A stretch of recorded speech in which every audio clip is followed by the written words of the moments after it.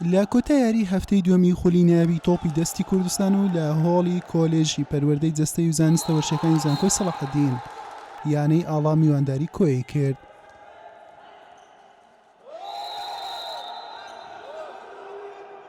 هەردوو تیربیاری یەکەم تووشی شکستات بوون بە پەرۆشیەوە بۆ سەرکەوتن هەنگاویان دەنا. لە یاریەکە کوڕانی میوان باشتر دەرکەوتن، هەر بۆیە بە جیاوازی 6 گۆڵ و بە ئەنجامی 25 بە 19 گۆڵ کۆیە براوە بوو.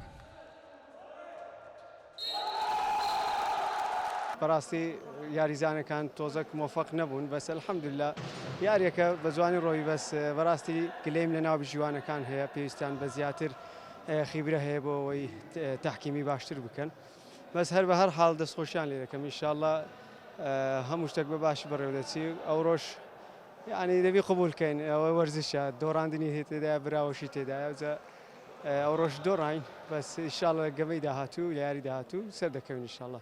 بێگومان یارەکەی ئەوڕۆ گرنگی خۆی هەبوو، ئەو برنەوەیە بۆ ئێمە زۆر گرنگ بوو، لەبەرەوەی لە یاریەکەم بەر سلێمانی کەوتین دۆڕین.